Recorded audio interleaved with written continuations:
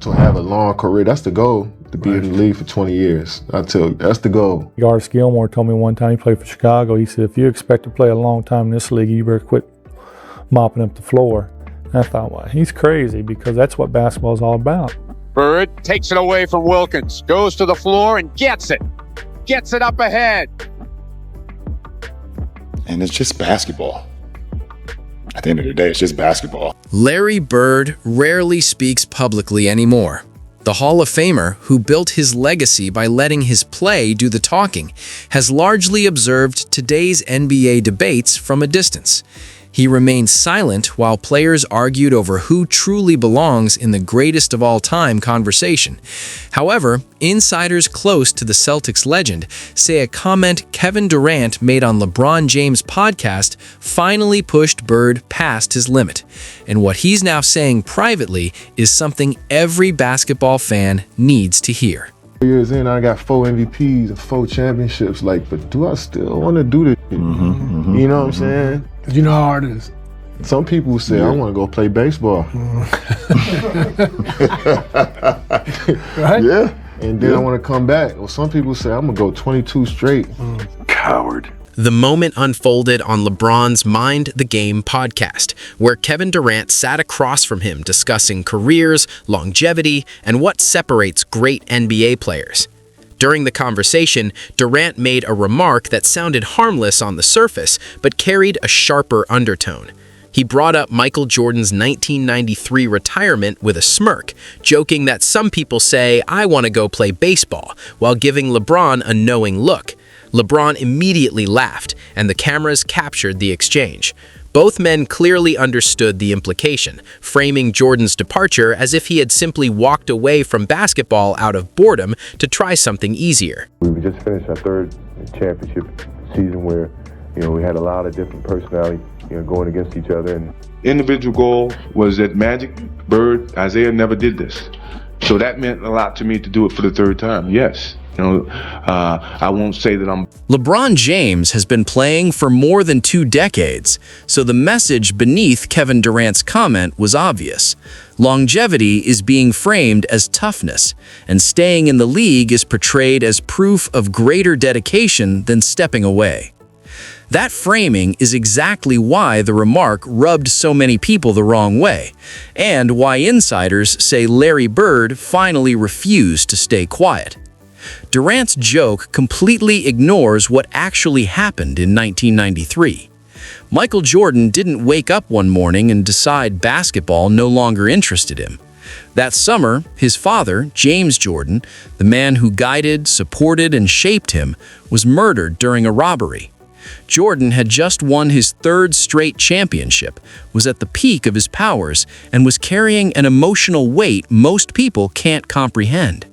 He stepped away from basketball to grieve, to breathe, and to honor his father by chasing a dream they had talked about for years, playing professional baseball. So when Durant casually smirks and jokes about wanting to play baseball, it isn't harmless humor. It reduces one of the darkest moments of Jordan's life to a punchline, turning a family tragedy into a way to make Jordan appear fragile next to players who stayed in the league longer. LeBron laughing along and effectively co-signing the moment is what reportedly pushed Bird over the edge. Bird understands pain. He finished his career with a severely damaged back, often lying on the floor before games just to prepare his body to move. He knows what it means to play through injury, loss, and emotional strain, and he knows that what Jordan did in 1993 wasn't quitting, it was being human. The game the way it was supposed to be played. I played injured, and I played with a lot of pride. So I owe everything to the NBA. Michael Jordan, the Magic Johnsons, Larry Bird, Charles Barkley's, we earned what we got. When the corporate America came to us, we had a game that could validate their admiration and sponsorship and all that, yeah. Now they get that before they play one game. Yeah. So you're rolling the dice to see if this kid's ever going to be good or not. Yeah. So in essence, you're paying the kid off of potential. Yeah. That he may be great. You don't think that's good? No, because I think it sets bad work ethic. When you get something so easily, you're not going to work. To understand what was really happening when Michael Jordan retired the first time, the context matters. He didn't step away after a disappointing playoff exit or a finals collapse. Not even close. Jordan walked away after completing a three-peat, winning 3 straight championships, a feat that Magic Johnson, Larry Bird, and Isaiah Thomas never accomplished. He reached the absolute peak of the sport, stood alone at the top, and then stepped away while carrying the heaviest personal tragedy of his life. That wasn't quitting. It was the result of mental and emotional exhaustion after holding up the entire league while grieving unimaginable loss. The irony is impossible to ignore when you consider who made the comment about Jordan. Kevin Durant is widely viewed as one of the biggest quitters of the modern era. In 2016, his Oklahoma City Thunder were up 3-1 on the Golden State Warriors in the Western Conference Finals, only to collapse and lose the series. Instead of regrouping, Durant joined the very team that beat him, the 73-win Warriors, already stacked with Stephen Curry, Klay Thompson, and Draymond Green. That move is still considered one of the weakest decisions in NBA history.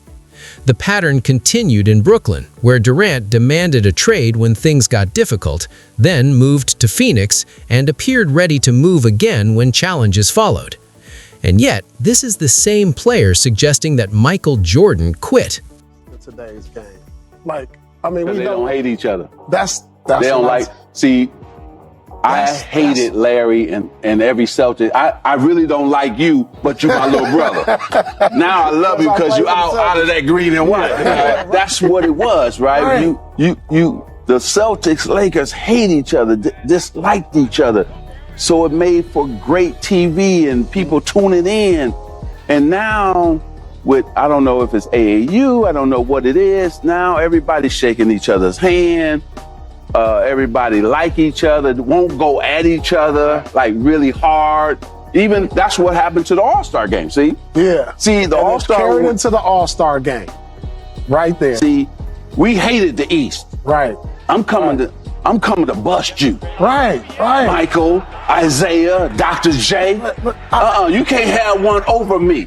See, I'm coming to get that. Now, okay, see, Magic, this is what let them score 200 to 200. What is that? LeBron and KD and Steve Nash did their little podcast thing, and they always drag the legacy of Michael Jordan. What is it called? Was it Cry Me a River? Cry Me a River. I think Cry Me a River podcast? Oh, my God. I tell you what, man, listen. I was watching Revisionist history, they should call it. Yeah, you know what, Mark? Great players don't have to tell people they're great. Yeah, that's true. You let fans do that. You let people debate it on talk radio and podcasts. You know, players don't have to do that. You know, that we all know you're great. You don't have to tell us. You know, when you have to go around trumpeting that you're great and what separates you from all the other people that makes you greater than them, that's a problem. You know, that's a problem. That's why I say it's a Cry Me a River podcast, because you're crying and moaning about what they said. And they were kind of sneak dissing MJ. If you really listen between the lines, you know, they were talking about, Kevin Durant was talking about how longevity is more important than rings and all that other stuff. Being in the league basically for 20 plus years shows the dedication and the hard work that you had to do to stay here. But he failed to mention, you know, the load management and this guy only playing in no more than 3 times in his career, you know, 82 games in a season. Yeah, right. LeBron's only played 1 time 82 games in a season. MJ 9 times in his career played 82 games, plus the playoffs and championships that goes into 115 games. So to listen to these guys discredit the former players and how great they were to you know, basically step on top of them to get themselves higher is really sad. Then there's LeBron James. When things became difficult in Cleveland the first time, he left and took his talents to South Beach to join Dwayne Wade and Chris Bosh. When Miami began to decline in 2014, he returned to Cleveland. And when that situation eventually ran its course, he left again, this time for Los Angeles. Each time real adversity surfaced, LeBron found a new destination. To be clear, switching teams isn't a crime. The NBA is a business. but spending an entire career moving from one super team to another and then mocking Michael Jordan for stepping away after a three-peat while grieving his father's murder isn't just disrespectful, it's delusional. The podcast conversation didn't stop with the baseball comment. Durant continued by arguing that the true goal for an NBA player should be lasting 20 years in the league, not chasing championships, MVPs, or squeezing every ounce of greatness out of your prime, but simply longevity. LeBron nodded along as if Durant had delivered a profound insight, when in reality it revealed a deep misunderstanding of what greatness truly means. This is where Michael Jordan's philosophy completely dismantles their argument, and where Does that hurt you physically? No, because when I play hard all the time. You know, there's no turn it on here, turn it off here. It's just 110% all the time. We come to practice, he's on one leg. Like he was hurt the second year, he was on one leg the whole year and played 82 games. Wow. And so he practiced every day and he played every game on one leg. And so he's like, man, MJ, why don't you just sit out? How can I be the leader of the team and sit out and y'all going through all the credit? I gotta be there. I twist my ankle and I had a teammate, David Greenwood. He says, you twist your ankle, young fella, come over and sit with me. This is, you need to. I said, no, man, I'm trying to make a name for myself. There's no way I can sit. I need to get out there and show what I'm capable of. I want to play. Seasons, nearly 3 times longer than Jordan's true peak. And what's the result? 6 championships, 5 regular season MVPs, 6 finals MVPs. You mentioned a little bit about today's game, because we had Clever on here and he talked about load management. He said, I don't know what the hell that is. Where is it going? And that's number one. And number two, how do we get it back?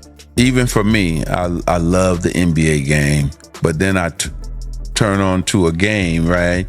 And then the stars are not playing because of load management. It's hurting the game.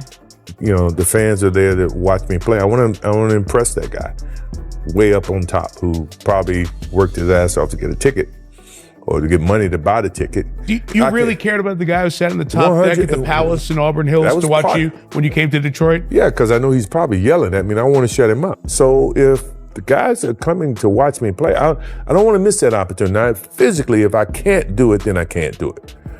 But physically, if I can do it, and I just don't feel like doing it. Jordan's mentality was on full display even when his body was failing him. He once rolled his ankle badly, and a teammate suggested he sit out and rest.